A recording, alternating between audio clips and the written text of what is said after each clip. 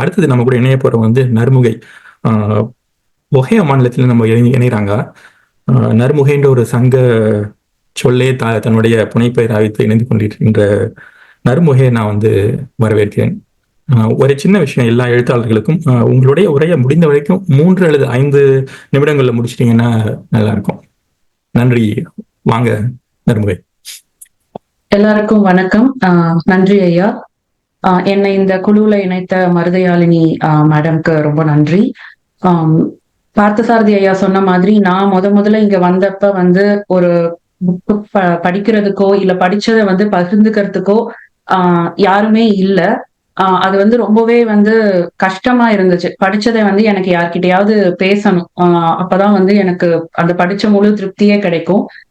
அதுக்கு இங்க ஆளே இல்ல அப்படிங்கிற கட்டத்துல இருந்து இன்னைக்கு இந்த மாதிரி ஒரு குழு இப்படி நிறைய பேரை பார்த்து நிறைய விஷயங்கள் பேச கத்துக்க முடியறது ரொம்ப சந்தோஷமா இருக்கு. இதுக்கான எல்லா முயற்சிகளையும் எடுத்துக்கிற ஒருங்கிணைப்பாளர்களுக்கு ரொம்ப நன்றி.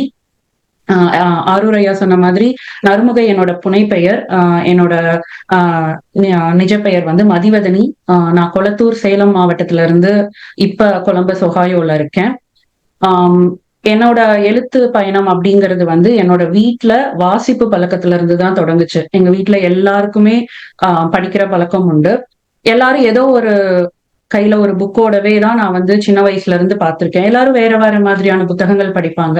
இப்ப தாத்தா அப்படின்னா வரலாறு, சுயசரிதைகள் அந்த மாதிரி படிப்பாரு. அப்பா அப்படின்னா ரிப்போர்ட்டர், ஜூனியர் விகடன் அந்த மாதிரி புத்தகங்கள் அவர் எப்பவுமே, இல்ல செய்தித்தாள்கள் அந்த மாதிரி. இப்ப அம்மா பாட்டி அப்படி போறப்ப அவங்க இந்த புதினங்கள் அந்த மாதிரி. சோ எனக்கு என்ன அப்படின்னா அந்த பள்ளி பருவத்துல சனி ஞாயிறுல வீட்டுல டிவி ஓடாது. எல்லாரும் ஒரு புத்தகத்தோட இருப்பாங்க. எனக்கு வேற வழி இல்லை அப்படிங்கறனால நான் ஒரு சிறுவர் மலரையோ அந்த மாதிரி எடுத்து உட்கார்ந்துட்டு இருப்பேன். என்ன பண்றதுன்னு தெரியாது, டிவி போட்டா திட்டு விழுகும் அப்படிங்கிற இதுல ஒரு படிக்க ஆரம்பிச்சு, அதுவே ஒரு கட்டத்துக்கு அப்புறம் என்னால புக் இல்லாம இருக்க முடியாது அப்படிங்கிற ஒரு நிலைக்கு என்ன கொண்டு வந்துச்சு. சோ இங்க வந்ததுக்கு அப்புறம் தனியா படிச்ச புத்தகத்தை பத்தி யார்கிட்டயும் பேச முடியல அப்படிங்கிறப்ப எனக்கு அது எழுத்து மேல ஆர்வமா இருந்தது. ஏன் நம்ம எழுதக்கூடாது அப்படின்னு. சோ கடந்த 2018 இருந்து தமிழ் கதைகள் அப்படிங்கிற வலைத்தளங்கள்ல நான் புதினங்கள் எழுத ஆரம்பிச்சேன். நந்தவனம் அப்படிங்கிறது என்னோட முதல் புதினம். நான் சொன்ன மாதிரி என்னோட இந்த பயணம் குடும்பத்தில இருந்து தொடங்கினனால அந்த நந்தவனம் நான் ஒரு முழு குடும்ப நாவலாதான் நான் வடிவமைச்சேன். அதுல நிறைய என்னோட சொந்த எமோஷன்ஸும் இருந்தது. அதுக்கப்புறம் காதல் கொண்டே நடி என்னோட 2வது புதினம். இப்ப நான் என்னோட 3வது புதினம் இன்னும் எழுதிக்கிட்டு இருக்கேன். இத தாண்டி நான் சிறுகதை எழுதுறதுக்கு சில முயற்சிகளும் எடுத்துட்டு இருக்கேன். என்னை பத்தின அறிமுகம் அவ்வளவுதான். ரொம்ப நன்றி. நன்றி நர்முகை.